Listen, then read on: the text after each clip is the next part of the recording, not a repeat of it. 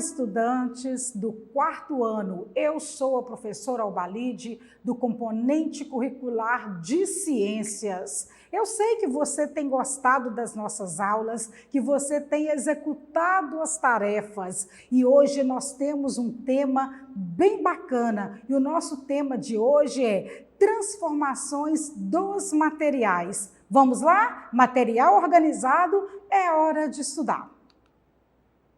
A descoberta do fogo. Nós vamos entender a evolução da humanidade. Primeiro nós sabemos, e o professor Renan Gomes, em suas aulas de história, já frisou para a gente sobre o desenvolvimento da humanidade. Houve um período que nós não tínhamos o fogo. Então, as pessoas naquela época, elas viviam de quê? Da caça, da pesca, comendo alimentos crus e domesticando animais. Só que com o tempo, a evolução da humanidade chegou aí até a descoberta do fogo. Vamos relembrar então. Chamamos de período paleolítico, ou a era da pedra lascada, o período da pré-história de maior duração, com cerca de 3 milhões de anos atrás, até 10 mil anos antes de Cristo. Aqui eu só tenho uma informação para vocês e nós vamos agora detalhando com os outros tópicos.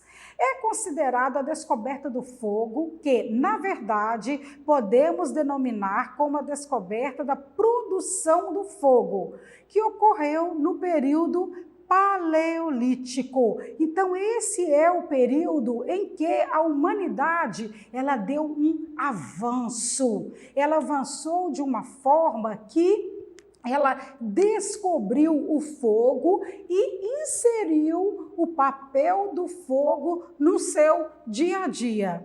Desde muito tempo, o ser humano tem acesso ao fogo, mergulhando galhos e incêndios nas florestas causados por raios. Gente, quando a gente fala a descoberta do fogo, é igual fala aí no item 2. Não houve, então, uma criação do fogo. Eles descobriram uma forma de fazer o fogo. E com essa descoberta, eles tiveram grandes ganhos, né? Já não alimentavam mais com alimentos crus, já não passavam frio mais, só que antes deles descobrirem uma técnica de fazer o fogo, eles já conheciam o fogo, como fala aí no terceiro tópico, através dos galhos em incêndios. Então, quando acontecia que caía um raio e aquecia os galhos secos e formava um incêndio, eles aproveitavam aquele calor ali. E como é a história de fazer o fogo? Como que a humanidade evoluiu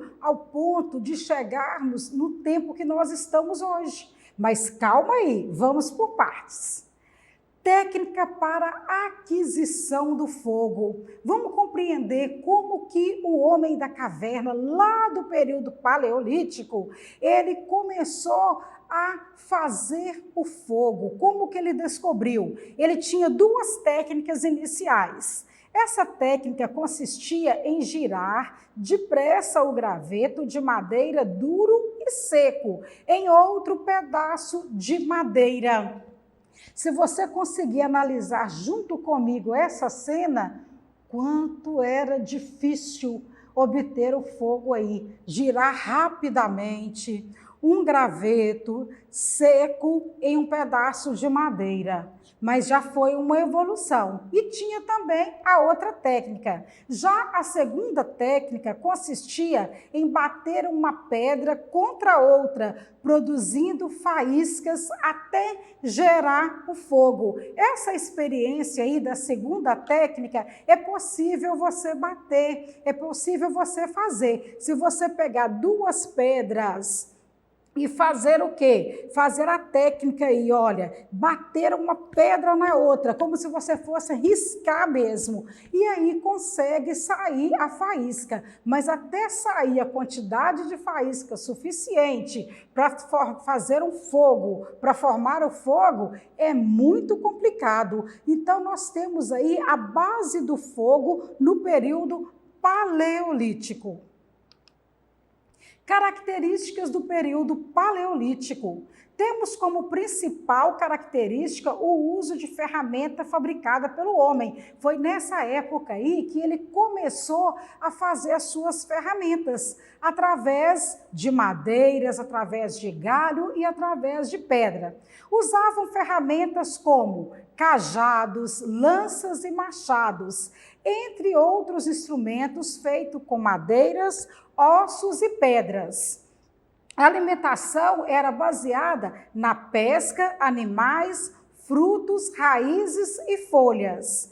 Outra forte característica é a postura nômade dos homens daquela época. Eles estavam o quê? Sempre mudando. Por que eles mudavam tanto? Por que eles não tinham uma residência fixa? Porque era necessário procurar um local melhor para abrigar com a sua família, onde tivesse um riacho, que a água já estaria próximo da casa dele, onde ele fosse ali fazer a sua residência temporária, onde tivesse frutos, muitas árvores, onde tivesse sombra, era um lugar propício.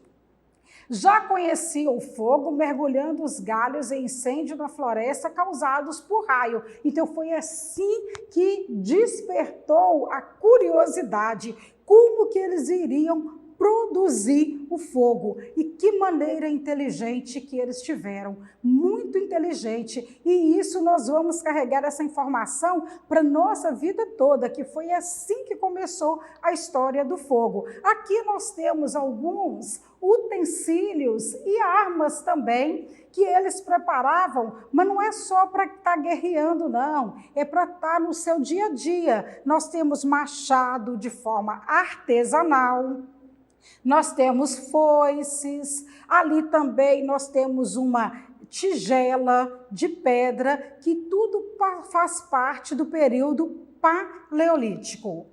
A presença do fogo no nosso cotidiano. Hoje nós temos o uso do fogo constantemente na nossa vida. Na atividade postada na plataforma SMED GV, você tem aí essa sugestão aí do fogo na nossa vida, no nosso cotidiano, através da queima do papel. Geralmente a gente precisa, às vezes, queimar um pouco do papel para diminuir o volume. Nós temos o fogo para o cozimento de um ovo, se a gente não consegue atingir um ovo cozido, se ele não for aquecido através do fogo. Usamos o fogo para assar uma torta, para fritar uma batata, o apodrecimento aqui também de uma maçã, nós temos aqui também como uma forma, aqui não é do fogo, mas é da transformação irreversível, porque se a maçã apodreceu, ela se tornou irreversível. Todos esses exemplos aqui, a queima do papel, o cozimento do ovo, o assar a torta, o fritar a batata, o apodrecimento da maçã, são exemplos de transformações irreversíveis. O que são transformações irreversíveis? Vamos relembrar? São transformações que não conseguem serem desfeitas. Uma vez o ovo cozido, sempre será um ovo cozido. Não vai retornar ao estado inicial. Ele não vai voltar a ser um ovo cru. Um outro exemplo também que nós temos aqui é o incêndio de uma árvore por um raio. Começou o incêndio, começou a queima, o que pode acontecer é apagar, mas aquela árvore ela não vai retornar. Aqui nós temos também o exemplo que eu já fiz em outras aulas, que é a queima de uma vela. Uma vez a vela derretida, a vela queimada, ela não retorna ao estado inicial. E o cozimento do açúcar para fazer o caramelo. No momento que a gente derrete o açúcar para fazer o caramelo, para colocar no pudim, não tem como retornar ao estado inicial. Mas eu tenho também exemplos de transformações que são reversíveis. Vamos ver comigo? O aquecimento de um prego. Se eu preciso fazer um furo numa tampinha, eu vou utilizar um recurso que eu tenho, que é um prego. Se eu aqueço o prego, faço o furinho, depois que ele esfriou, ele voltou a ser o prego normal? Sim, ele voltou. Antes ele era um prego quente, aquecido, e agora ele está um prego normal. A quebra de um prato, o que acontece? O prato quebrou. O prato é feito de quê? De vidro. O vidro, por ter sido quebrado, ele deixou de ser vidro?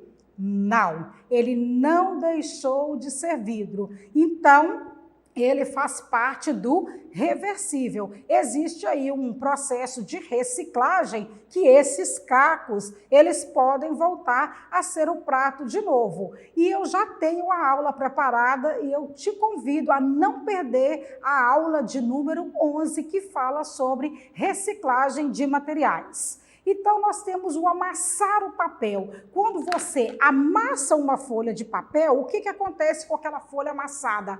Ela vai ficar o quê? Com algumas marcas, mas ela não vai deixar de ser uma folha de papel. A quebra de um galho. Quebrou o galho, a matéria-prima ali é a madeira. Eu só tenho agora o galho quebrado, mas ele continua sendo a madeira. O derretimento do gelo. O gelo, ele pode passar por essa fusão. Ele pode ser congelado e resfriado e formar a pedra de gelo, e quando eu deixo fora, ele derrete e volta ao estado inicial, que nós chamamos de fusão, que é o estado líquido da matéria, que a gente já viu em aulas anteriores. Aqui eu tenho também o molhar de uma roupa. Se eu derramar agora uma água aqui na minha roupa ao tomar, o que vai acontecer? A minha roupa, ela deixou de ser roupa? Não, ela está uma roupa molhada, mas quando a minha roupa secar, ela vai continuar sendo o mesmo tecido. Então, isso é um processo reversível. E nós temos também aqui a movimentação do moinho de água. Então, o catavento, ele vai fazer esse giro, e no momento que a água parar, que não tiver mais, ele não vai deixar de ser o moinho. O furar de uma tábua também representa o cortar de uma laranja. Eu tenho uma laranja, eu parto a laranja ao meio, ou eu parto a laranja em 4, eu só dividi a laranja, mas ela não deixou de ser laranja. E o movimento de um barco pela energia do vento. Então, o barco, ele vai movimentar através da vela, que vai seguir o vento, o lado que está tendo o vento, sem causar nenhuma alteração.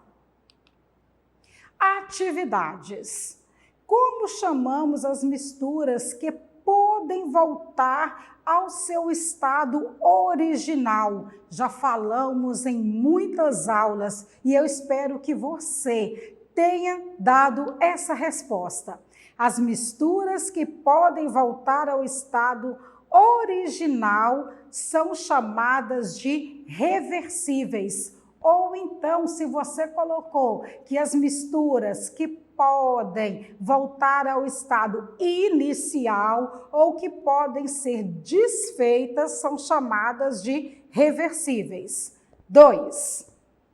Como chamamos as misturas que não podem voltar ao estado original porque foram transformadas em outra substância? Então, nós vamos pegar aqui agora e mentalizar na memória uma massa de um bolo. Misturei todos os ingredientes. E aí, tem como desfazer agora? Vamos separar aqueles ingredientes? Não tem. Então, o que acontece? A mistura agora é uma mistura homogênea. Não dá mais para a gente ver os ingredientes. E como que chamam essas misturas? Irreversíveis. Aquilo que não dá para ser desfeito. Aquilo que não tem como voltar ao estado original. Então, nós chamamos de irreversíveis.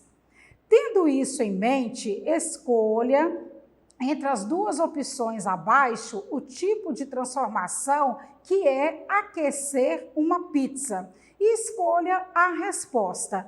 Vamos pensar aqui comigo, olha, eu vou aquecer uma pizza, então eu tenho a massa da pizza e eu tenho o recheio. Mentalizou aí? Agora nós vamos aquecer. Esse processo, eu te pergunto, ele é reversível ou ele é irreversível? Eu tiro aquele pedaço de pizza do forno e falo, não, eu não quero mais comer pizza, eu vou guardar tudo. Eu vou tirar o recheio, eu vou guardar, eu vou separar aqui a massa, né? Eu vou tirar o trigo, o óleo, o leite, o sal, o fermento que eu usei e eu não quero mais essa pizza. Tem como? E aí, qual foi a sua resposta? É irreversível. A ação de aquecer a pizza é uma transformação irreversível.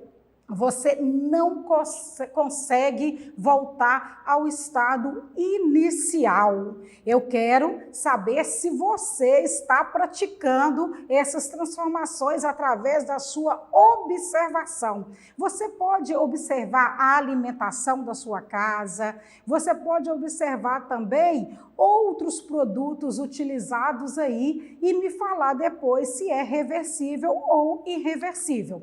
Seguindo aqui, classifique as transformações ocorridas nas situações abaixo.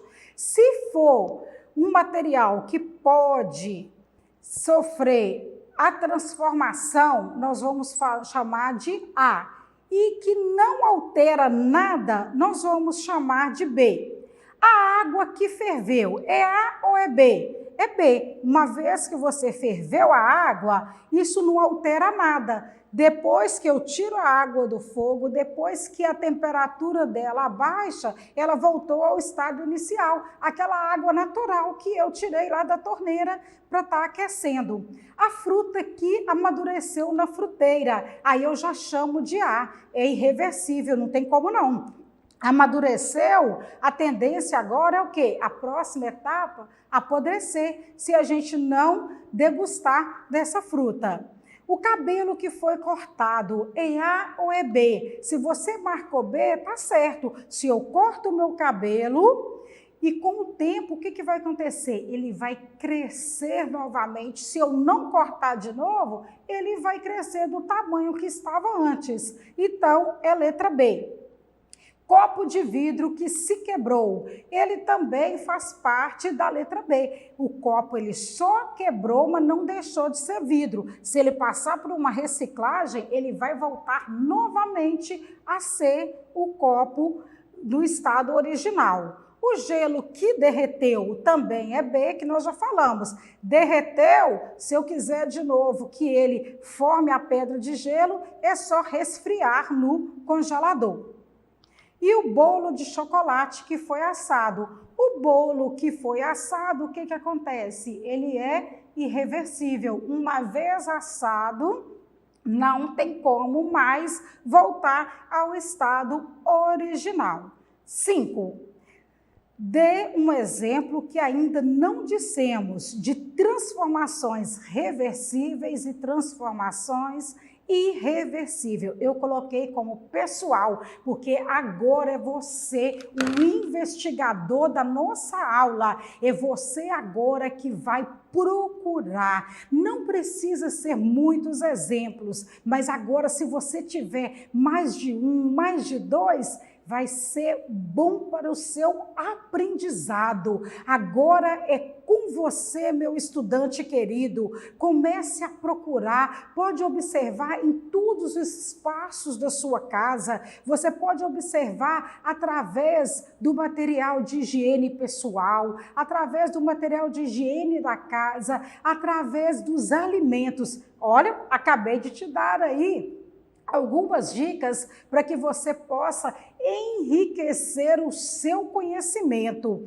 Se você gostou da nossa aula, você tem acompanhado, tem pegado a atividade, você é genial e você tem dado um retorno muito bom para as nossas aulas. E para quem ainda não acessou, eu te digo como. E para acessar nossa plataforma SMED GV, aponte a câmera do seu celular na imagem que aparece no canto da tela, acesse nossas redes sociais e se inscreva em nosso canal do YouTube SMED GV. Forte abraço e até a nossa próxima aula.